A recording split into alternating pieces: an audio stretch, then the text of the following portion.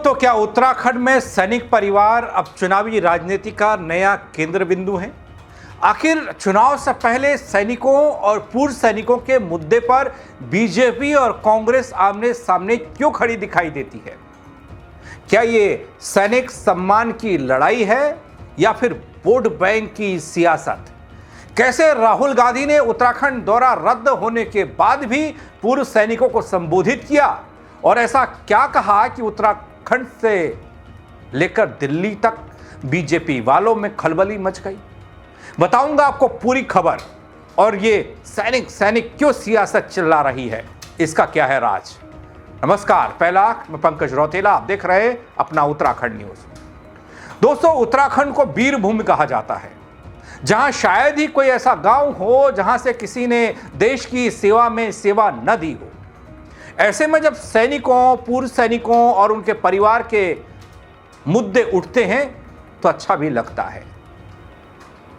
और मुद्दों का उठना ही नहीं, समस्या का समाधान होना भी अच्छा लगना चाहिए। समस्याएं तमाम होंगी, लेकिन उस पर सियासत भारी पड़ती दिखती है। सीधा असर प्रदेश की राजनीति पर पड़ता दिखता है। लेकिन सवाल यह है कि आखिर अचानक सैनिक परिवारों को लेकर राजनीतिक बयानबाजी क्यों तेज हो गई? अग्निवीर योजना, शहीद परिवारों के अधिकार, सैनिक सम्मान, सेना से जुड़े मुद्दों पर बीजेपी और कांग्रेस एक दूसरे पर हमलावर क्यों है? और सबसे बड़ा सवाल ये, क्या ये बहस वास्तव में सैनिकों के परिवारों के हित के लिए है या फिर इसके पीछे चुनावी रणनीति छिपी है? आखिर क्या है इस पूरे सियासी संग्राम की कहानी? क्यों सैनिक परिवार उत्तराखंड की राजनीति का सबसे बड़ा मुद्दा बन के बैठे हैं? वीडियो को अंत तक जरूर देखिएगा दोस्तों, आपको वजह भी समझ में आ जाएगी। यहां मैं आपको दिखाता हूं कैसे राहुल गांधी ने अग्निवीर योजना को लेकर केंद्र की मोदी सरकार को घेरते हुए प्रदेश के पूर्व सैनिकों को नया संदेश दे डाला अपने उत्तराखंड दौरे के रद्द होने के बाद। अग्निवीर कहता है कि आप देश को 4 साल दीजिए, अगर आप शहीद होंगे तो देश आपको प्रोटेक्शन नहीं देगा, देश आपके परिवार को प्रोटेक्शन नहीं देगा। और ये जो फोर्सेस की जो फाउंडेशन है, फोर्सेस की जो नींव है, इसके खिलाफ हमने साफ कहा है कि हम अग्निवीर योजना के खिलाफ हैं। हिंदुस्तान में करोड़ों युवा सेना में जाना चाहते हैं, सुबह 4 बजे उठकर दौड़ते हैं, फिजिकल ट्रेनिंग करते हैं और देश की रक्षा करने का सपना देखते हैं। हम चाहते हैं कि उनकी प्रोटेक्शन हो, उनके परिवारों की प्रोटेक्शन हो और उनका फ्यूचर सिक्योर हो। इसीलिए हमने साफ कहा है कि हम अग्निवीर योजना को कैंसिल कर देंगे। दूसरी बात, अग्निवीर क्यों आया? अग्निवीर का कारण अदानी है। नरेंद्र मोदी जी चाहते हैं कि हिंदुस्तान के फोर्सेस का बजट, हिंदुस्तान का जो डिफेंस बजट है, वो हमारी सेना की जवानों के फ्यूचर के लिए, प्रोटेक्शन के लिए ना जाए और वो सारा का सारा अदानी जैसे बड़े बड़े अरबपतियों के जेब में जाए। दोस्तों, मोदी सरकार सेनाओं में अग्निवीर लेकर आई, जिसमें 4 साल सेवा देने की बात कही गई। लेकिन अगर अग्निवीर शहीद होगा तो देश उनके परिवार को सुरक्षा नहीं देगा। इस पूरे मामले को कांग्रेस के राहुल गांधी और कांग्रेस लगातार उठाती आई है।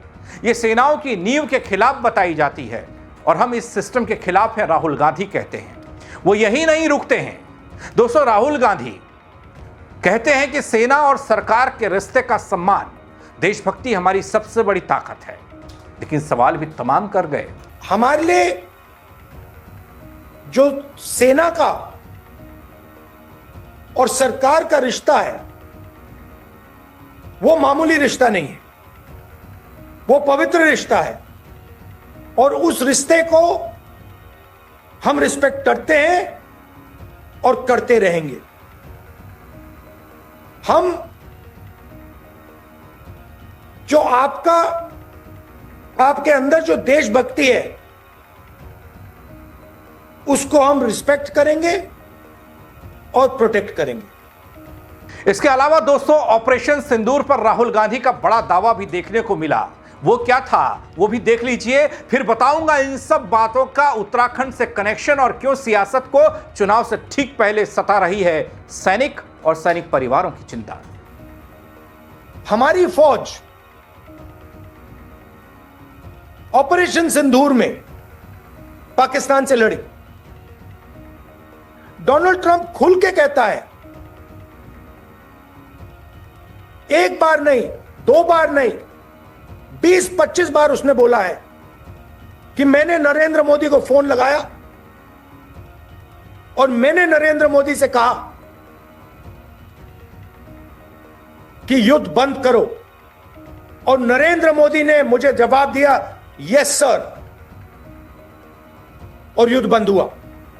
भाइयों और बहनों, अगर यह आर्म्ड फोर्सेस के साथ धोखा नहीं है तो क्या है धोखा? अगर यह एयरफोर्स, आर्मी और नेवी के साथ धोखा नहीं है तो फिर क्या धोखा है?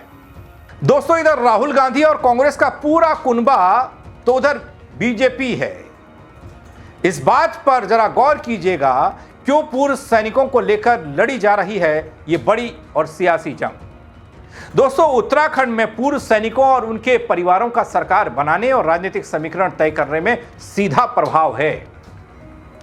राज्य में करीब 1 लाख से ज्यादा रजिस्टर्ड पूर्व सैनिक और 1.5 लाख से ज्यादा सेवारत सैनिक बताए गए। परिवारों को मिलाकर इनकी कुल आबादी राज्य की करीब 20 से 22% बनती है, जो चुनाव में एक बड़ा वोट बैंक बनता है। इतना ही नहीं दोस्तों, उत्तराखंड के पहाड़ी जिलों, खासकर पौड़ी गढ़वाल, अल्मोड़ा, टिहरी, चमोली में प्रत्येक परिवार से कोई ना कोई सेना से जुड़ा होता है। दोस्तों, चुनावी समीकरण और प्रभाव की अगर मैं बात करता हूं तो मुझे क्या दिखता है और आपको क्या दिखा रहा हूं, गौर कीजिए। राज्य के कुल 70 विधानसभा सीटों में से लगभग 15 से 20 सीटें ऐसी हैं जहां पूर्व सैनिक और उनके परिजन हार जीत का फैसला करते हैं। चिंता होना स्वाभाविक है दोस्तों, चिंता नहीं होगी तो फिर क्या होगी। अब दोस्तों, यहां 1 रैंक 1 पेंशन का मुद्दा हो, सैन्य धाम निर्माण हो, अग्निवीर योजना हो, शहीद परिवारों को सरकारी नौकरी, अनुग्रह राशि जैसे मुद्दे सीधे तौर पर चुनाव के नतीजों को प्रभावित करते हैं।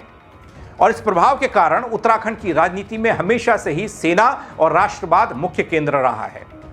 दोस्तों, पूर्व मुख्यमंत्री अब दिवंगत हो गए, बीजेपी के वरिष्ठ नेता रहे मेजर जनरल रिटायर्ड भुवन चंद खंडूरी जी, मौजूदा मुख्यमंत्री पुष्कर सिंह धामी जो खुद एक सैनिक के पुत्र हैं। सरकारें सैनिकों के कल्याण को सर्वोच्च प्राथमिकता देती रही हैं, बात करती रही है, इस पर सियासत भी होती रही है। लेकिन अब एक बार फिर पूर्व सैनिक और सैनिक परिवारों को साधने की कोशिश में क्या अपने उत्तराखंड की सियासत और सियासतदान लग चुके हैं? क्या ये पूर्व सैनिक ही 2027 की राह तय करेंगे कि कौन सा दल पार्टी में आ रहा है, किसके लाया जाएगा? इसीलिए ये सब जुगलबंदी हो रही है, इसीलिए ये सब बयानबाजी हो रही है। हमने देखा पूर्व सैनिक के तौर पर गणेश जोशी हैं, कर्नल कोठियाल हैं, ये बीजेपी के वो रणबांकुरे हैं जिन्होंने कभी देश सेवा की थी। लेकिन आज सियासत में ये कांग्रेस को इस तरीके से दर्शाने और बताने की कोशिश कर रहे हैं कि कांग्रेस सैनिक विरोधी है, राहुल गांधी सेना सैनिक विरोधी हैं। ऐसी आपने कई सारी बाइटें, कई सारे बयान देखे होंगे। लेकिन इस सियासत का मतलब क्या निकलता है? पूर्व सैनिकों को क्यों सियासी पचड़े में रगड़ा जा रहा है? आप क्या कहेंगे इस खबर को लेकर? दोस्तों, अपनी राय जरूर दीजिएगा, आपकी राय बड़ी महत्वपूर्ण है। शेयर कीजिएगा और लोग भी देख पाएं, सैनिक परिवार देख पाएं। अगर उनकी कोई समस्या का समाधान हमारे प्रदेश की सियासत नहीं कर पाई तो समस्या का वो जिक्र भी कर पाएं। फेसबुक पर देख रहे हैं, फॉलो कर लीजिएगा दगड़ियों। अगर यूट्यूब पर सब्सक्राइब नहीं किया तो वो भी कर दीजिएगा। मेरे साथ जुड़ने के लिए आप सबका बहुत शुक्रिया। जय उत्तराखंड।